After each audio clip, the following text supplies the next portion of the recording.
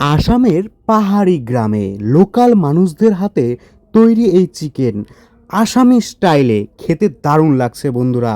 এ এক অন্য অভিজ্ঞতা আমার জন্য। সেই গল্পই থাকছে আজকের এই ভিডিওতে। তো আহক মই কেনেকৈ মাংসটো বনাই আছোঁ আপোনালোকে চাই লওক কেনেকৈ হৈছে কালাৰটো চাই কেনে আপোনালোকে ক'ব।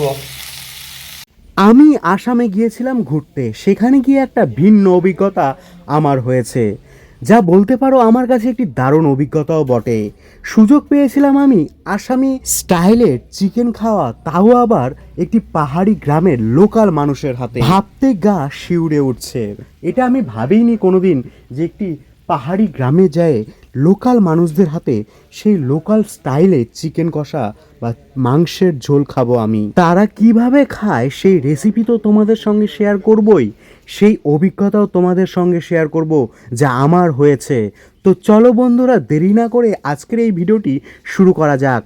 যারা যারা এখনও আমার এই চ্যানেলটি সাবস্ক্রাইব করনি তারা অবশ্যই এই চ্যানেলটি সাবস্ক্রাইব করে দাও, আর ভালো লাগলে অবশ্যই একটি লাইক এবং কমেন্ট রেখে যেও, আর তোমাদের চেনা পরিচিতর মাঝে এই চ্যানেলটি শেয়ার করে দিও। আসামি স্টাইলে চিকেন রান্না করতে করতে দেখো তোমাদের মাঝে কে চলে এসেছে। এ কিন্তু গন্ধ পেয়েই এসেছে, পাশেই থাকে, আর এসে কিন্তু তার অস্তিত্ব অনুভব করাচ্ছে।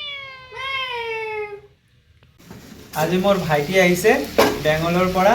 তো মোক কৈছে দাদা আজি মোক বেংগলী ষ্টাইলত মাংস বনাই খোৱা। তো মই ঘৰতে আজি মাংস বেংগলী ষ্টাইলত বনাই আছোঁ। মোৰ ভাইটি কৈছে ৰেষ্টুৰেণ্টৰ নিচিনা নালাগে, তুই ঘৰৰ নিচিনা বনাই খোৱা। তো আহক মই কেনেকৈ মাংসটো বনাই আছোঁ আপোনালোকে চাই লওক কেনেকৈ হৈছে কালাৰটো চাই কেনে আপোনালোকে ক'ব। দাদার সঙ্গে কথা বলে জানতে পারলাম এই মুরগিটা নাকি পাহাড়ি মুরগি।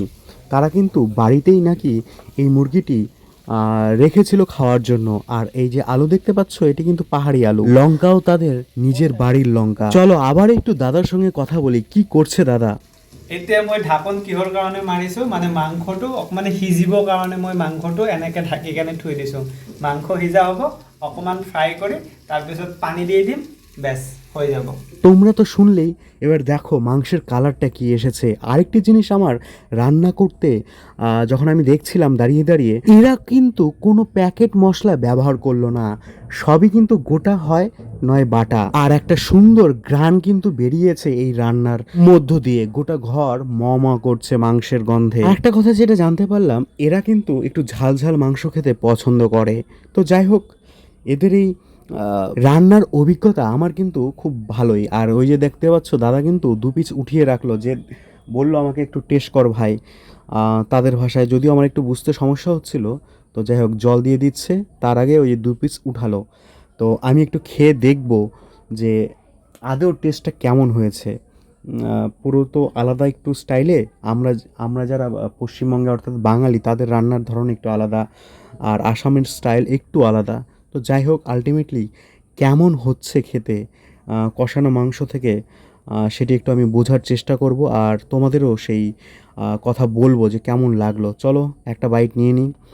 আর এ দেখো বন্ধুরা, নিচ্ছি। তো এটা খেয়ে যেটা আমার অনুভব হলো, মাংসটা একটু টাইট বা একটু শক্ত। তো দাদাকে বলতে দাদা বলে যে আমাদের এখানকার মাংস একটু টাইট হয় বা শক্ত হয়, যেহেতু এটি পাহাড়ি মুরগি তো এই টাইট হবে। আমি প্রথমে ভাবছিলাম এটা ছোবা ছোবা হবে হয়তো, কিন্তু না, ছোবা ছোবা না। এটা এটা কিন্তু আলাদা একটা টেস্ট, মুখের ভিতরে যখন যাচ্ছে তখন কিন্তু আলাদা একটা ভাইব ক্রিয়েট হচ্ছে, যা কিন্তু একটা নতুন মাত্রা যোগ করে। আর ঝালের জন্য তো অসাধারণ টেস্টি লাগছে। আর এই দেখো, তোমাদের সঙ্গে কথা বলতে বলতে কিন্তু রান্না প্রায় শেষ। তো এবার নামাবে, তো তারপরে কিন্তু আমরা খাবো। আর আলটিমেটলি তরকারি কেমন হলো সেটিও কিন্তু তোমাদের জানাবো। আর এই ভিডিওটি তোমাদের যদি ভালো লেগে থাকে তাহলে অবশ্যই চ্যানেলটিকে সাবস্ক্রাইব করে রেখো। আর এরকম নিত্য নতুন ভিডিও পেতে অবশ্যই আমাদের কমেন্ট করে জানাবে যে তোমাদের কেমন ভিডিও চাই। তো যাই হোক, এই দেখো গরম ভাতে ধোয়া উঠছে ভাত। যদিও তারা রুটি দিয়ে খেত, কিন্তু আমার, যেহেতু আমি বলেছি যে আমি ভাত খেতে ভালোবাসি মাংস দিয়ে, তো তাই ভাত রান্না করেছিল। তো যাই হোক, রেডি, একদম খাবারের জন্য প্রস্তুত। এই দেখো ভাত বেড়ে নিচ্ছি, এই দেখো মাংস নিয়ে নিয়েছি। তো এবার হচ্ছে আসল টেস্টের পালা, যে কেমন হয়েছে। তো বন্ধুরা, দেখে কিন্তু আমার খুব ভালো লাগছে। আশা করি খেতেও দারুণ লাগবে। এই যে আমার থালি কিন্তু সাজিয়ে নিয়েছি, আর দেখো কালারটা দেখো একদম। তো যাই হোক, একটু টেস্ট করি, আর তো ধৈর্য কুলাচ্ছে না, খিদাও পেয়ে গেছে। তো তোমাদের সঙ্গেও সেটি শেয়ার করব। আর তোমরা চাইলে কিন্তু এই স্টাইলে চিকেন কিন্তু তোমরাও বানিয়ে খেতে পারো বাড়িতে।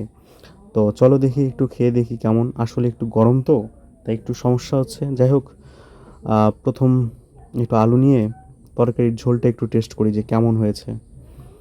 বিশ্বাস করো বন্ধুরা, ঝোলটা কিন্তু দারুণ হয়েছে, একদম পারফেক্ট ঝাল। একটু কষা কষা কষা, বেশি ঝোলও না। তো মাংসটাও কিন্তু বেশ নরম হয়েছে, তবে একটু ওই যে টাইট বললাম, একটু শক্ত। যাই হোক বন্ধুরা, এই তো ছিল আমার পাহাড়ি মুরগি, পাহাড়ের স্থানীয় মানুষদের হাতে আসামি স্টাইলে মাংসের ঝোল। সত্যি মানুষটার হাতে জাদু ছিল। যাই হোক বন্ধুরা, এই ছিল আমার আসাম ডায়েরির একটি ছোট্ট গল্প। তোমাদের কেমন লাগলো